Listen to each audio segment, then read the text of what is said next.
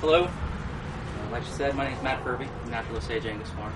I own the farm and operate it on a daily basis with my father Francis, my wife Diane, just for my mother Diane, and my wife Kristen, and her 3 children. The farm is Natural Osage Angus beef.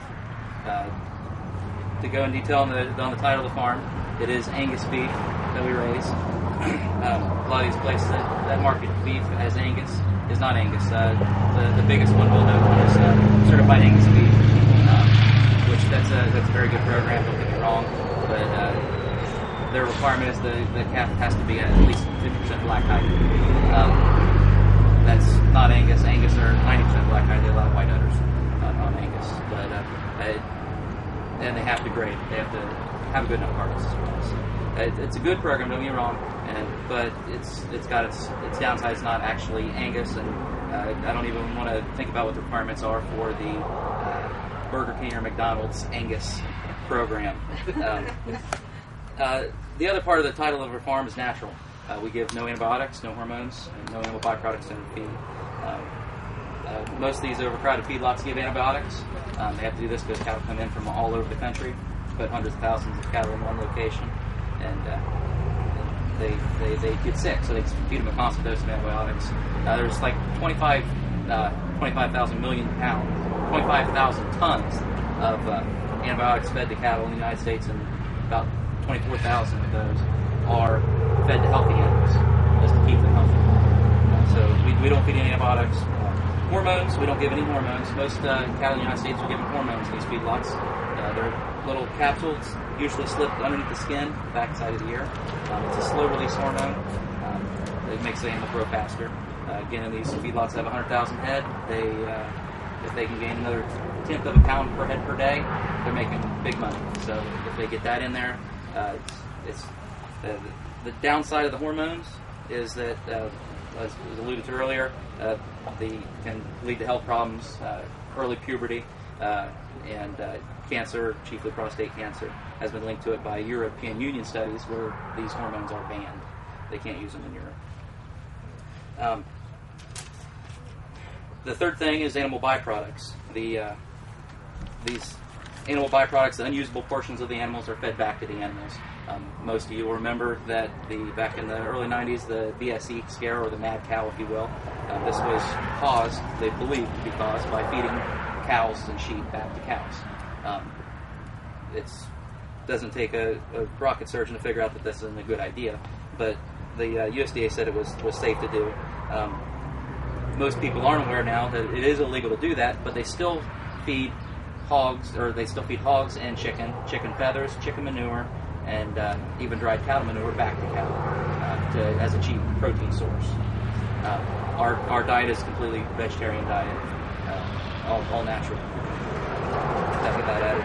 And the cattle byproducts can still be fed. Some cattle byproducts, not all, can still be fed to chickens and hogs, which those chickens and hogs can then be fed back to cattle.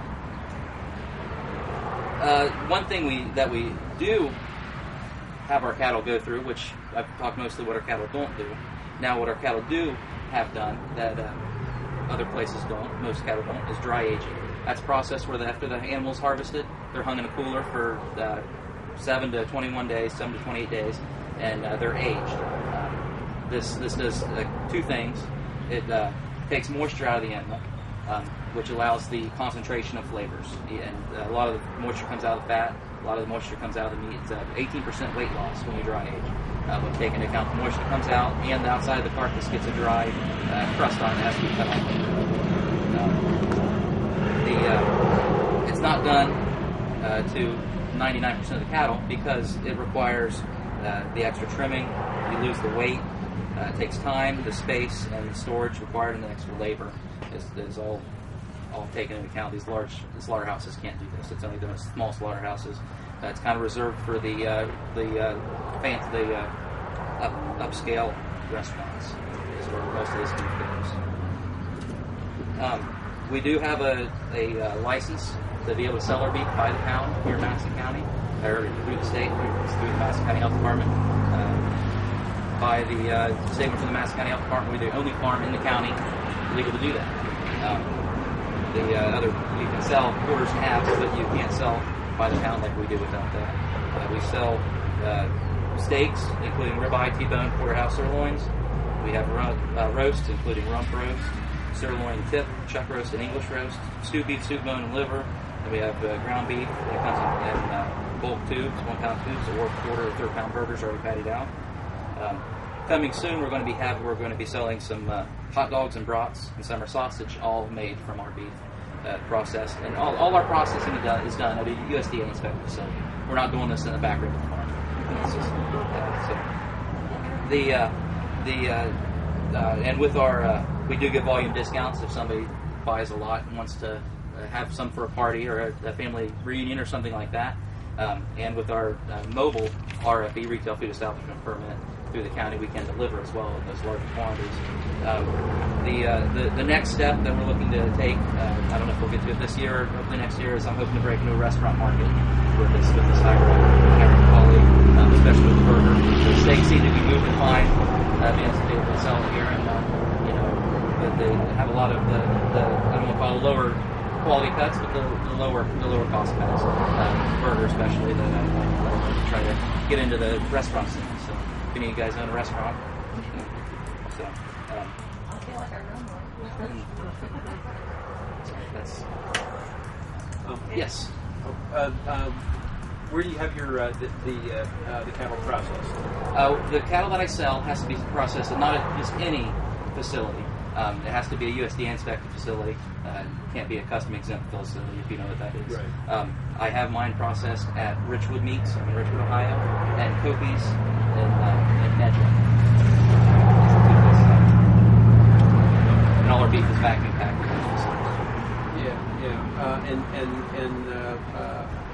Are those? You know, I know some of the smaller processors, and maybe this is the case with customers, they're busy. I mean, and you really have to book well in advance. Yes. Some of them you can call and they'll get in 3 weeks. Mm-hmm. Some of them you call and they might be able to get you in 6 months. Right. It all depends on the time of year too. This time of year is really hard to get into. You have to book well in advance because the fair season. All these fairs have the cattle, sheep, and hogs that come back to the processors. You have to really plan out ahead of time, and that was one of the problems we had with the selling quarters and halves, which we used to solely do that. You had to make appointments so far in advance before you had the customer. Then you had to put the customer and the appointment together, and then you end up with a quarter left over here or a half left over at this processor, and you had to put the processors close to the customers. Yeah. Because you don't want to. I sell all the way down Westchester, right down towards Cincinnati. I got a customer, customers. They're not going to drive all the way to Richwood to purchase that beef. They want it down there close. So I sell quarters and halves down there at Davidson's in Waynesville. Okay. So, any other questions?